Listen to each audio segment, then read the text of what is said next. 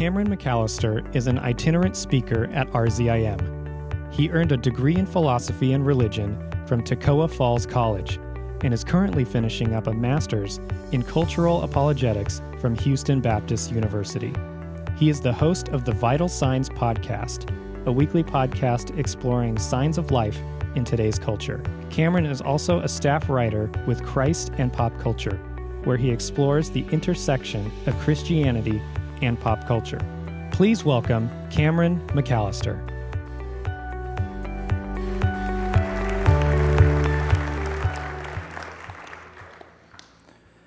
The poet W.H. Auden once said that a professor is someone who talks in someone else's sleep. And I'm worried that that may be true of the last conference speaker as well. We have only 30 minutes, so we'll go at breakneck speed, so maybe that'll help. We'll burn some calories along the way, at least I will. It's been wonderful to be a part of this conference and to hear all of these talks. So let me do my best to bring this together. I'll start by saying a few words about the title of my talk, The Glamour of Atheism. What do I mean by that? If I were scrolling online, as none of you are doing right now, I hope. If I were scrolling online and I came across the title, The Glamour of Atheism, I might be tempted to think that this is verging on clickbait. So let me immediately say that I'm not trying to be overly sensationalistic, and I'm certainly not trying to be offensive at all. And if you're a skeptic in the audience, I mean no disrespect. But what I want to do is I really want to focus on an aspect of atheism and skepticism that's frequently overlooked. Now, I'm in a room full of many people who are very enthusiastic about apologetics. And as apologists, I'm a frontline apologist myself. As apologists, we like to go after the substance of arguments, right? And we consider objections, and we take them very seriously, and we like vigorous interaction, and we actually find it interesting as well. Not everybody finds apologetics interesting. Can you believe that? But in our zeal to go after these arguments and consider these objections, I think we often make a mistake, and that's we overlook the actual appeal of atheism and of alternative worldviews by extension. And I want to say a few words about why it's important that we don't do that. Now, I am a frontline apologist, but I'm also what you call a cultural apologist. So I love Aquinas and Augustine, but I also love Dante and Milton. And I like long films with subtitles. And I'm very interested in the intersection of the intellectual habits of our day and the arts and culture and pop culture. And I happen to believe that pop culture often serves as a very powerful barometer of the ways we think. You know, it was Augustine of Hippo, that great doctor of the church, who first gave real vivid, poetic, and systematic expression to the notion that human beings are primarily defined by what they love. We are what we love, says Augustine. And when you look at the world, when you look at a lot of the tragedies and these confused ways of thinking, what you're also seeing are disordered loves. So to phrase the matter somewhat in a clumsy fashion, but I think this is actually true, we lead with our hearts. Now, don't misunderstand me. I'm not suggesting that the life of the mind takes a back seat. Far be it you chase me out of here. The whole tenor of the conference is against that. That's not what I'm saying. And I'm not saying thinking isn't important. It's of the utmost importance. Here's what I am saying, and my first point. We are making a serious strategic mistake if we overlook the appeal of skepticism and atheism. We're making a serious strategic mistake because what we're going to miss are some of the underlying motivations to people's thought. we're going to miss so much of what's actually driving their action, because people have really internalized alternative visions. And so that's what I want to explore this afternoon. You know, I do have a prominent apologist on my side for this thesis that human beings are primarily lovers as well, and that's Blaise Pascal. And I'll give you a quote that you've probably heard before: "The heart has its reasons, of which reason knows nothing." And again, this is reinforcing that notion that a key driving force for human action is, in fact, love. And in recent years, the philosopher James K. Smith, who teaches at Calvin College, is really responsible for returning our attention to Augustine. He's done this in his Cultural Liturgies series, which we began with Desiring the Kingdom, and the second installment was Imagining the Kingdom, and then the final installment just came out this year, and it's called Awaiting the King. But he offers a helpful litmus test for Augustine's thesis that we are primarily defined by what we love. So think about this. Which of these two questions will tell you more about a person if you're trying to get to know them? Number one, what do you think? Number two, what do you want? You see, you've probably noticed that there's often a pretty pronounced discrepancy between what people say they think and the way they actually live their life. What they actually say they think and what they really want, what their deep motivating factor is for their lives. Well, this shows, I think, that human beings are defined by what they want. And so we make a serious strategic mistake if we overlook this aspect. It's a key component to being persuasive, to pay attention to this. So let's apply Augustine's anthropology to atheism. And let's consider what many of the people who espouse this popular view of atheism want. When we look at the cultural picture of atheism, it's a pretty compelling one. It's a pretty interesting one. How many of you have heard and are somewhat tired of the phrase, "because science"? You heard that? It's got a near oracular power these days, doesn't it? Well, how can you say God doesn't exist? Why do you know? Well, because science. Oh, that just stops everybody dead in their tracks. That just settles it. It's almost like a verbal magic wand. But that says something about some of our deep-seated cultural assumptions. There was an article that came out in Slate magazine last year. There was a March for Science in 2017. Many of you will know that. There was a March for Science, and Slate had sent their journalist there. He happened to be a medical doctor, and he was at this March for Science. And his observations are pretty interesting. He said the whole feel of this March for Science was very religious. It felt like a religious festival. There was a religious zeal. There was a real fervor to it that felt distinctly spiritual and religious in nature. Now, as a Christian, I don't find that surprising at all, because my conviction is that human beings are inherently spiritual creatures. And so no matter what worldview they adopt, no matter what they say, that spiritual energy is going to be expressed in some direction, even at a March for Science that supposedly celebrates and extols all the virtues of skepticism and secularism. So I want to tread carefully here for a second. I think the concept of worldview is tremendously important and tremendously helpful.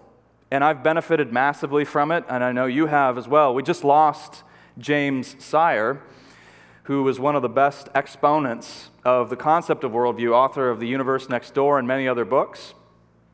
But have you ever noticed that when you're talking to people in their day-to-day experience, when you're just talking to people, they don't always express themselves in the neat categories of worldview terms? Have you ever noticed that?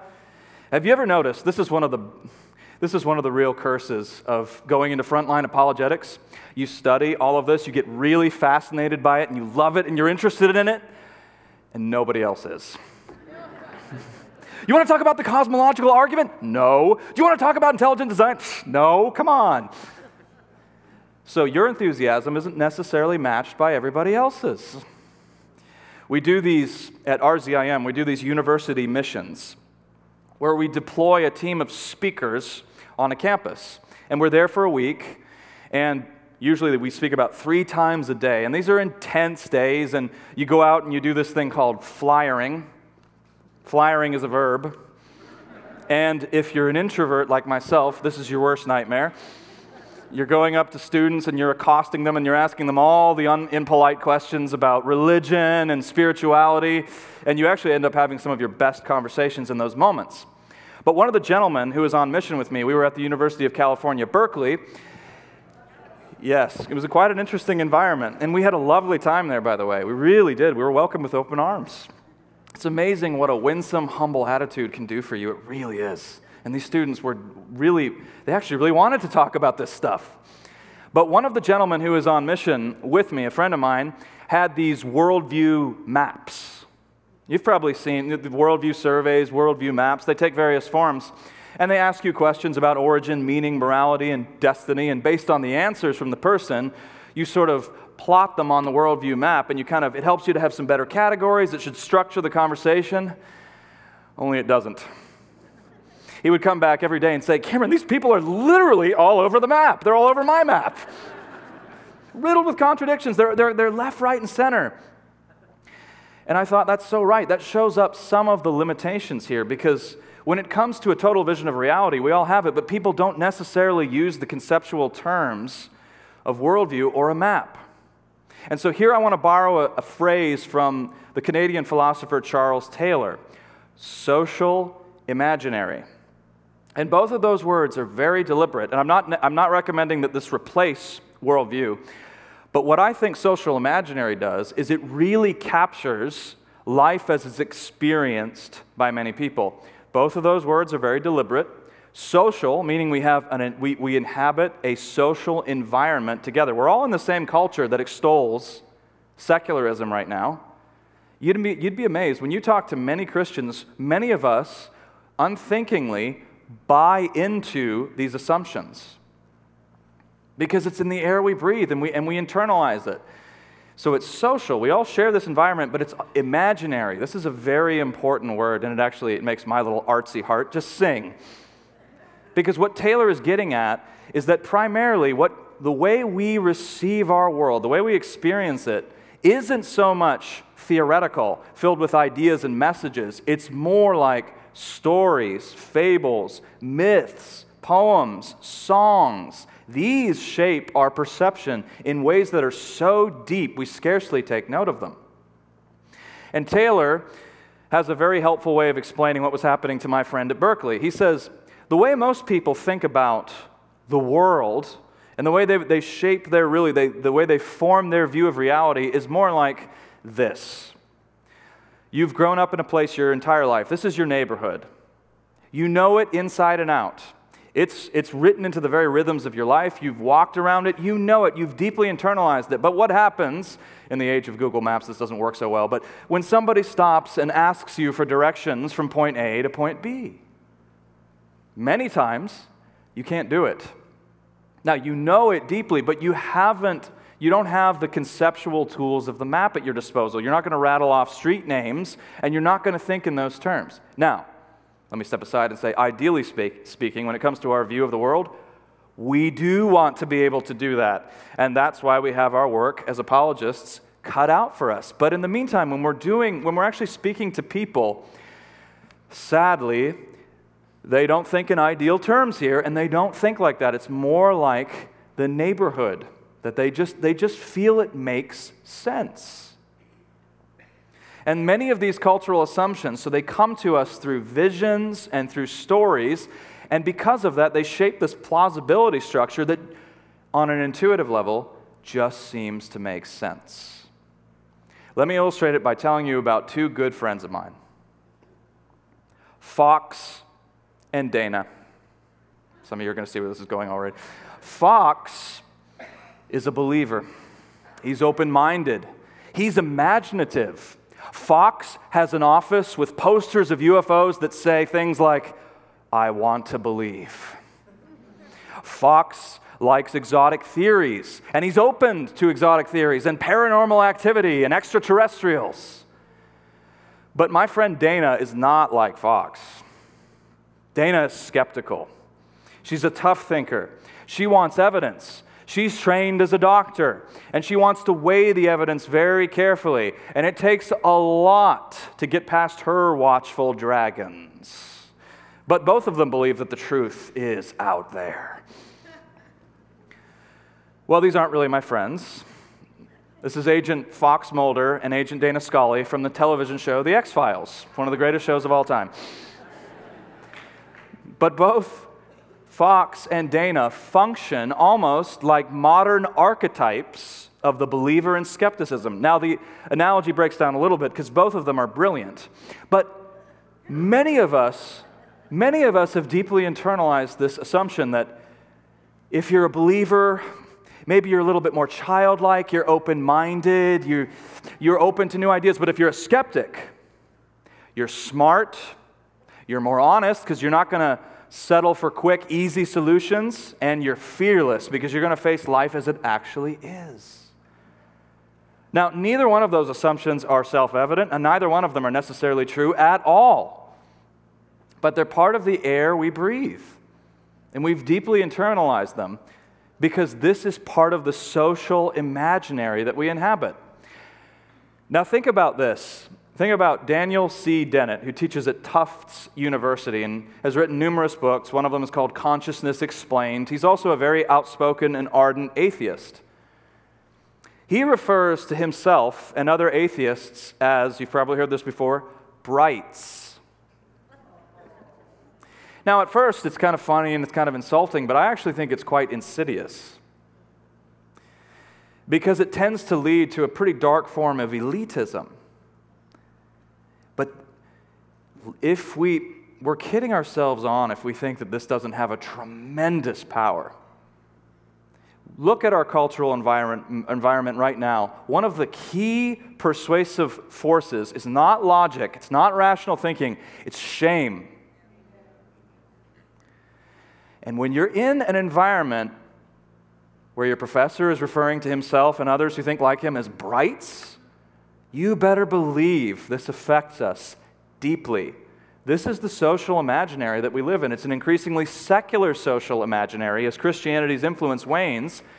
So once again, this is why skepticism, scientism that we've been talking about, atheism, it just seems to make intuitive sense. In one sense, that's not surprising at all. It fits perfectly with our cultural vision of reality right now. And as I hope to show you here as we go forward, it also fits perfectly with our vision of individualism that places all the emphasis on you and your own thinking and how you shape the world. So the first point was, we're making a serious strategic mistake if we're overlooking this appeal of atheism. And my second point is that many, many people are drawn to atheism, not just because they believe it's true, and not even primarily because they believe it's true, but because they like it, and they want to be associated with it. Thomas Nagel, philosopher at New York University, very admirable honesty. He says this, and you've probably heard this before. He says, it's not just that I don't want God, that I don't believe God exists, it's that I don't want God to exist. And here's a direct quote. I have a cosmic authority problem. Pretty amazing honesty right there. Many people are drawn to atheism because they like it. They like the associations with it. There's a real prestige surrounding it. So now, what is the specific glamour of atheism? I hope you were here for Dr. Rana's talk, because I'm actually going to build on some of what he said. But first, I got to talk about C.S. Lewis. I think Lewis is overquoted sometimes. I think he's phenomenal, but I just haven't succeeded in not quoting him yet in a talk.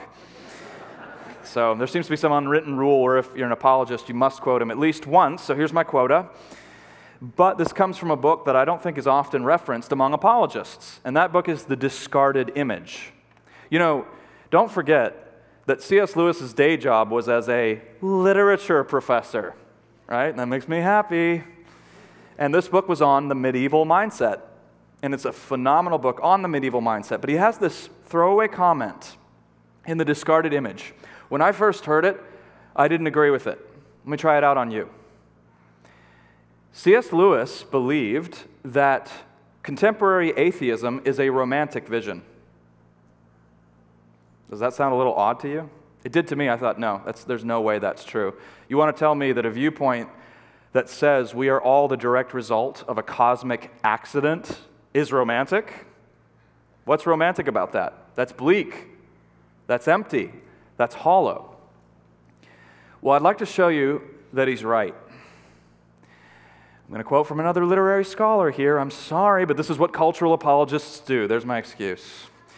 But M.H. Abrams lived to be over 100 years old, taught at Cornell University for many years.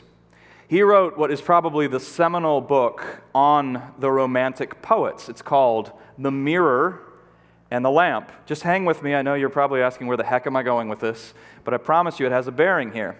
He actually makes the comment in that book that a lot of key trends in philosophy and thinking are also anticipated in literature. Just food for thought right there. But here's the lamp, the mirror and the lamp. So these are two, says M.H. Abrams, dominant metaphors for looking at how man interacts with reality in the past. There was the mirror, and then there was the lamp. The mirror is pretty self-explanatory. The ancient and classical view was that human beings reflect reality. And so if we're talking about an artist, for instance, we measure the quality of the artist in terms of its ability to faithfully reflect the world as it really is.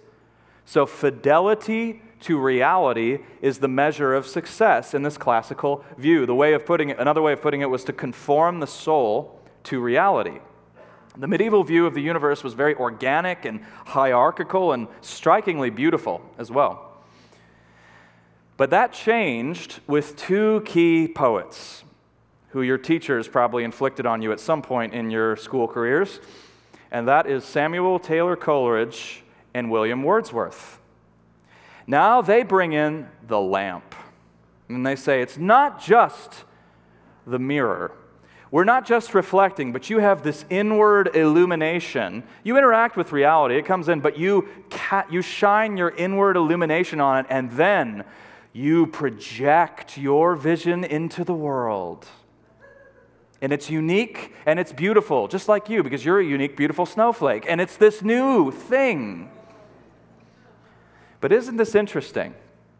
You see, they would use the words, human beings are creators. Now, J.R.R. Tolkien made a very important and crucial distinction in his essay on fairy stories. He would never say that a human being is a creator. He would say we are what? Sub-creators. God alone creates. But William Wordsworth and Coleridge are not saying that at all. They're saying, no, we are creating in the total primal sense. When we give something to the world, it's genuinely new. But you see what's happened here is a radical change in thinking has happened. You've gone from a vision of reflection to projection. See, this is the key assumption of the romantic vision. Now, let's remember what Dr. Rana was saying about the contemporary vision of atheism, transhumanism, a post-human humanity. What's the assumption? That the world is a vast blank canvas awaiting our master stroke. It's clay in our hands. And through technology and through increasingly sophisticated software, we can shape it and mold it however we want. Destiny is in our hands. We are the lords of our destiny. See, this is a romantic vision. This is a romantic vision of the world. It's a romantic vision of what we can do. You see, you can look at the story of atheism, and one reading of it is, yes, we trace our lineage back to a cosmic accident. How empty, we're cosmic orphans. But there's another reading of that as well. And that's, oh yeah, you trace it back to a vast cosmic accident, and we're cosmic crusaders. We are taking this into our hands, and we're going to reshape the world as we see fit. It's in our hands. We're taking control. Now notice, I'm going to use a poignant example here, but notice what happens when a tragedy takes place on a national scale. We've just had this horrendous shooting at Parkland, Florida. When there's the prayers and wishes, now we've got a controversial response. Every time that people express prayers and well wishes, there's a vitriolic response now. No, we don't need your prayers. Prayers don't do anything. Prayer doesn't help. Help helps. Do something. Call your congressman. Let's change gun laws. Let's do anything. Just get off your knees and get out of your prayer closet. But you see, that comes directly from this view that, you see, this vision is a heavy vision too, because it means effectively that the world is on your shoulders. You have to fix everything. It's in your hands, and you fix it. It's a romantic vision, and I think in many ways it's a hopelessly naive vision as well, when we actually consider who we are, and when we consider our moral track record. It's interesting, some of the most incisive critics of this romantic vision are actually atheists themselves. If you want a prime example, go to the New Statesman's website. Don't do it right now, but go to the New Statesman's website and read John Gray's review of Steven Pinker's new book. John Gray wrote a book called Straw Dogs. Is probably one of the most vociferous critics of this vision. And he sums it up very nicely. He says, we are confusing technological progress with moral progress. They're not the same thing at all. As Dr. Rana was saying, every new technology, all these radical new forms of innovation bring with them new moral problems and new ethical quandaries. But I actually want to end on a different note. I want to talk a little bit about doubt. This is the end of the conference here, and I want to leave you with a challenge. I'm speaking to the Christians in the room, and if you're skeptical, this is a challenge for you. This is a challenge for all of us.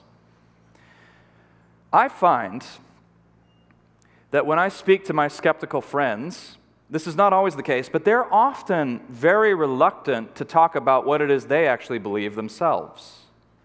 They want me to remain on the defensive. They want me to talk about what I believe, and they want me to justify all of my beliefs. But if I ask, what is it that you're actually, what are you putting your beliefs in? What's your faith residing in? Faith is a very bad word here. And they'll say, no, I don't have to prove anything to you. I deny it all. You know, Leslie Newbigin wrote a brilliant book called The Gospel in a Pluralist Society. And he has this very interesting statement there. He says, you can only cast reasonable doubt on a given proposition on the basis of another belief, which you do not doubt at that moment. See, belief is first. Belief has the first order. Belief always precedes doubt. So all of your doubts, when you have doubts, whether you're a Christian or whether you're a skeptic, if you've got a doubt, a belief is supporting that doubt. Let's take the classic example here of the proposition, God exists. Let's say it's very popular to doubt that God exists. Let's say you doubt God exists. And let's say you throw some reasons at me. You say, well, I don't believe God exists because I think the world is full of evil and suffering. I don't believe that God exists because I think science is increasingly making God an unnecessary hypothesis and ruling him out. We don't need him as an explanation anymore. So now what are the assumptions there, though? What's supporting your doubts? You're assuming that there is, in the first place, a moral order. You're assuming that the universe is rational, that you can trust your reasoning capacities. You're assuming that it's comprehensible and legible. But these are all assumptions, and they take faith as well. So here's my challenge. Find those beliefs, follow your doubts back to their beliefs, and then see if those beliefs make sense of your experience of reality and of the world. Regarding the popular expression of atheism, the key assumption seems to be that reason will save us and that human nature is perfectible. Those are two of the key bedrock assumptions of transhumanism and of really all of these visions that basically the hope is to realize the dream of every beauty contestant ever: world peace. We'll grow in our knowledge, We'll perfect our technology, we'll keep increasing the lifespan, and gradually we'll usher in a new golden age of reason. And the better angels of our nature will prevail. So that's the assumption, that's the belief. Follow your doubts back to the belief. What is the belief that's supporting your doubt? And ask yourself, does that belief make sense of the world that we live in? So in this case, does the assumption that human beings are perfectible and that reason is going to save us make sense? Does it make sense of the world that we have seen? Does it make sense of the world as we know it? When you look around the world, do you see signs that things are gradually getting better? I think, here's a word of encouragement to you. I think that faith in this assumption is really waning. But I think we need to gently work with people as we talk about this. And I think we need to understand some of the cultural forces that are shaping this thinking so that we can actually leave this conversation and start having these difficult conversations. Ask people about the beliefs that are supporting their doubts, and then see if those beliefs make sense of this world and the world as we know it. Thank you.